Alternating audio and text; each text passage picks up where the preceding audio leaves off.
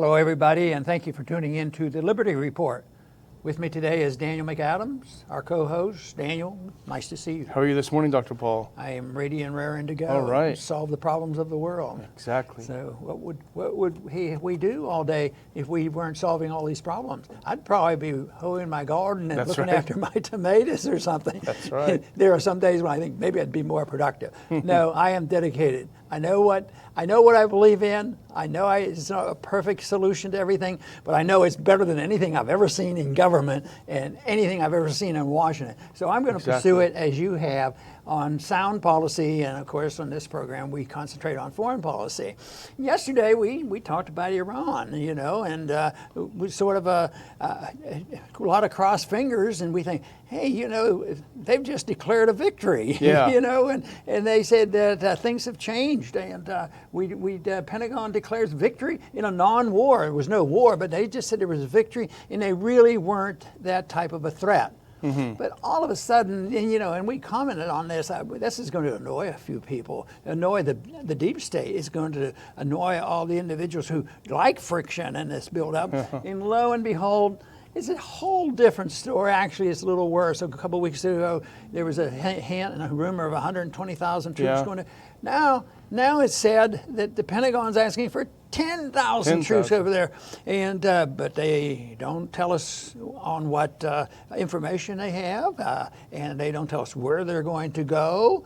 But CENTCOM is behind this. They want ground troops. They want 5,000 ground troops. So it's almost like it took about 24 hours to wake up and get the deep state a little bit more aggressive. They probably thought they were asleep for one day. Yeah. What's going on here? We better stop this thing. We certainly don't want peace to break out with the Iranians. So here we are. We're backing it again, and they're trying to scare the people. And people have made analogies to the intimidation and lies they told leading up to the Iraq War. Yes. Very similar in nature. And here we are once again. But it's not good, because my position in particular, for a long, long time, whenever I had been asked, what would you do?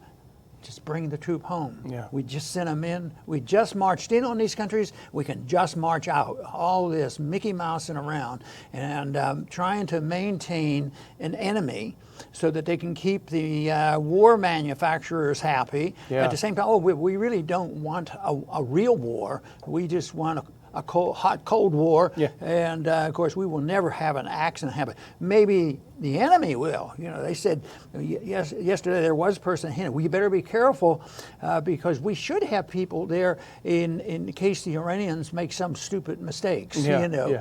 Anyway, we make mistakes by being in too many places with a limitation on resources, and I have said it'll come to an end, and this is not good, but it isn't war tomorrow, but it's setting the stage for a great deal of danger, and who knows what could come of it.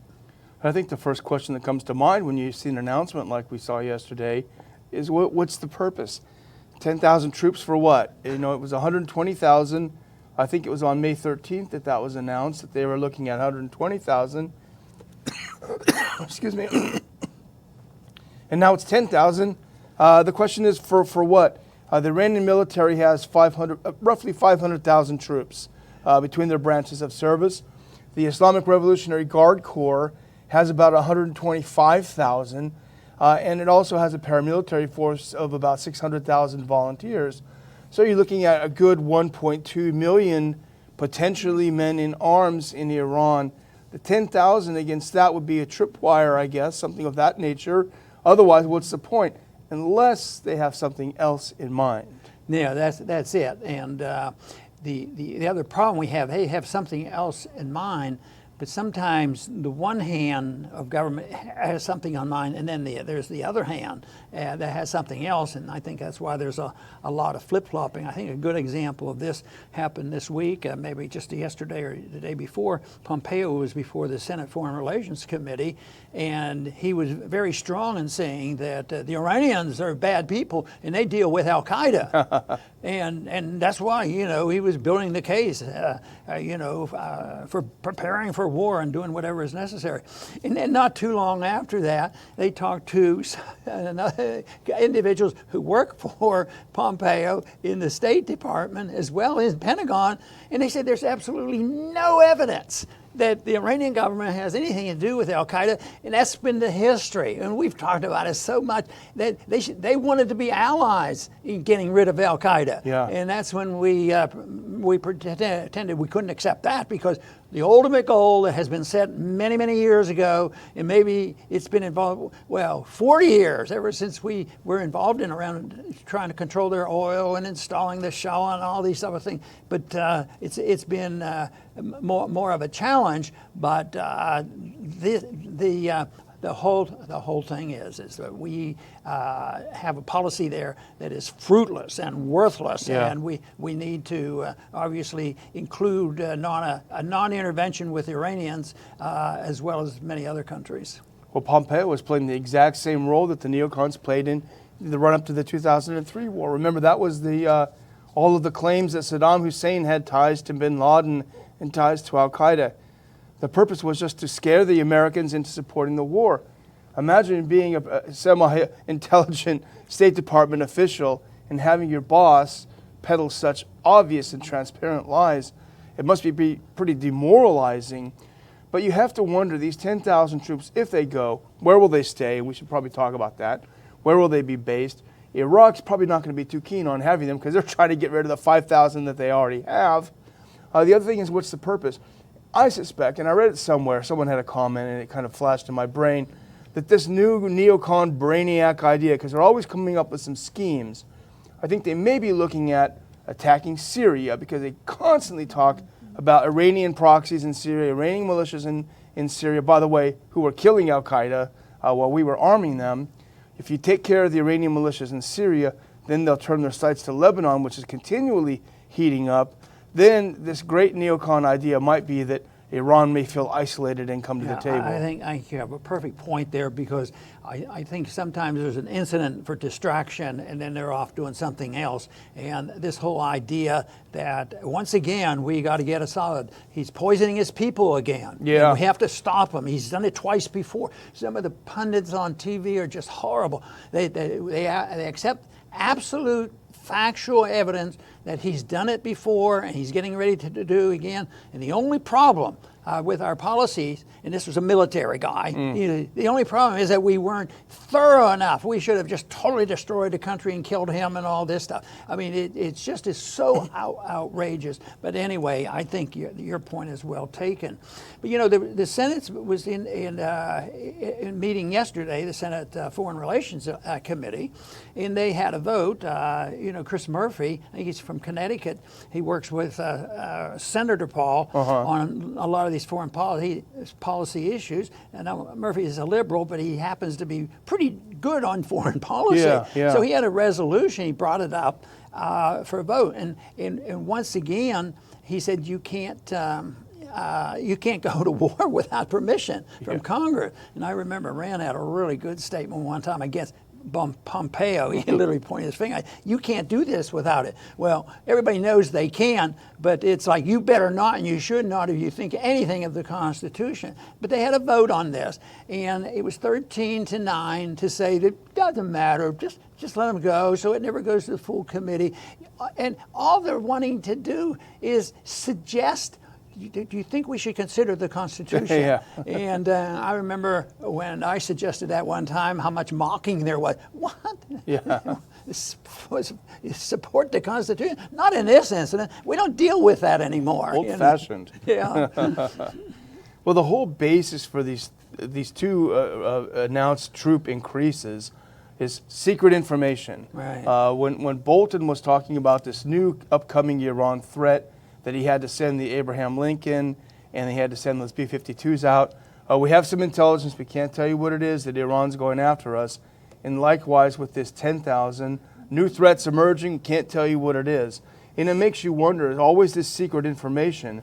And, it's not often reported in the mainstream media, but thankfully an Israeli journalist did some digging and he found out that Bolton's source, at least for the first one, was Israeli intel. We've talked about this on the show. The Israelis are peddling some stuff. They want the U.S. to fight this war for them. They're peddling some phony intel, just like they did before the Iraq War. And it's interesting because right after that is when Bolton ran over to the CIA and brought these groups together. So maybe he's getting this bogus intel from the Israelis. He goes to the CIA and says, I want you guys to find this same conclusion or else. You know, the astounding thing to us is the consistency of failure, you know, all this time. And it doesn't bother them. You know, they're like sociopaths. They don't have a conscience. They don't care. And they just continue to do it. And actually, it's slow action on this. But I think it's good because this wakes people up. It's total failure. More people now think that we shouldn't have been in Iraq fighting these wars, you know, and of course, certainly Vietnam, or they agree with that. And of course, yesterday I tried to make this point. We have to stop it before they start these wars. And here, you know, we might get the attention, we get a little publicity, and somebody comes up and say, oh, well, we shouldn't really be worried about the Iranians. And then the next day, somebody else is coming out, and then the suggestion you make is probably correct. Well, maybe they're getting ready to hit someplace else. So it isn't just Iran, it isn't just Iraq and just Afghanistan. It's that whole policy. It's the Middle East, and it is Syria and many other places. And this obviously involves Israel and many countries in Africa and all.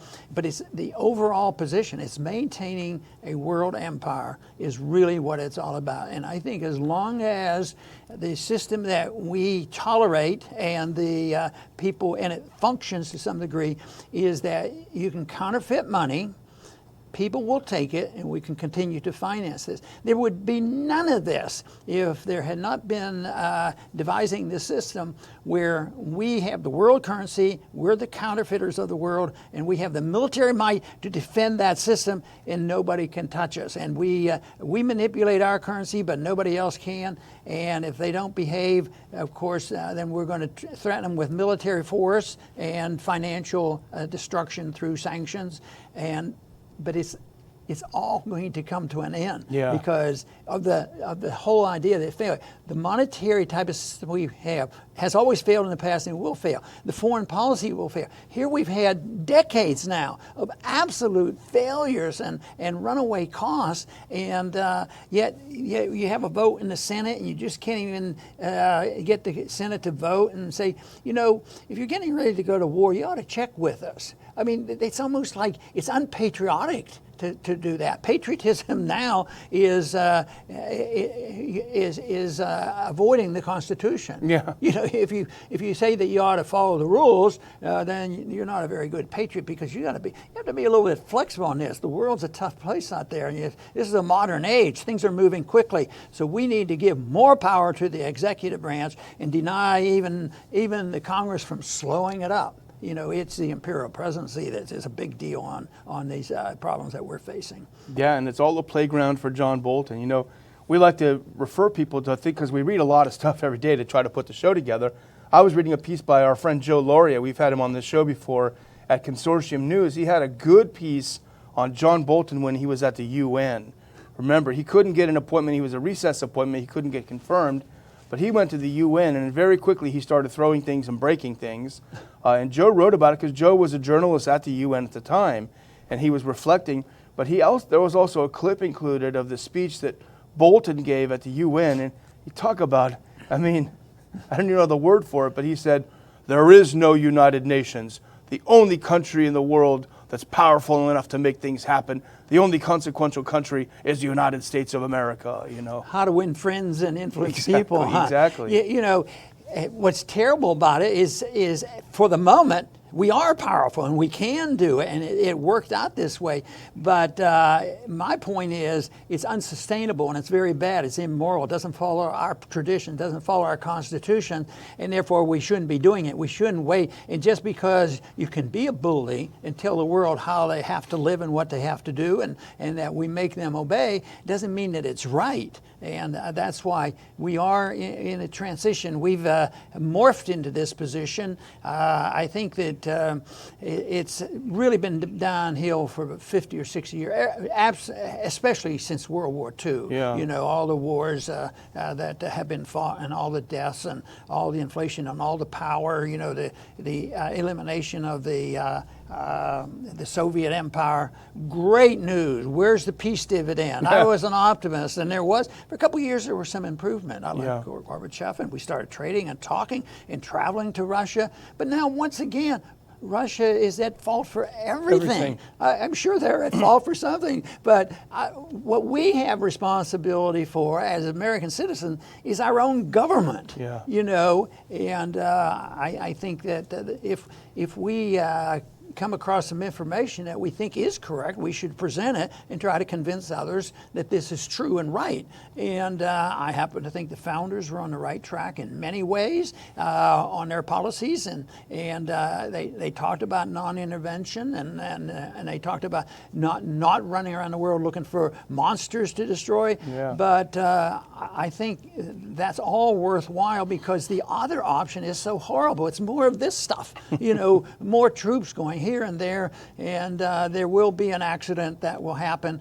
or people will finally have some incident where they give up trust in our government, trust in our money, trust in our military, and you know, I think there was a bit of help with a division, or at least discussion between Bolton and Trump when the coup failed in Venezuela. Yeah. And you say, "Oh, that's terrible. He was our guy. How could you not be for our guy to be in charge? Because we've already taken over the oil."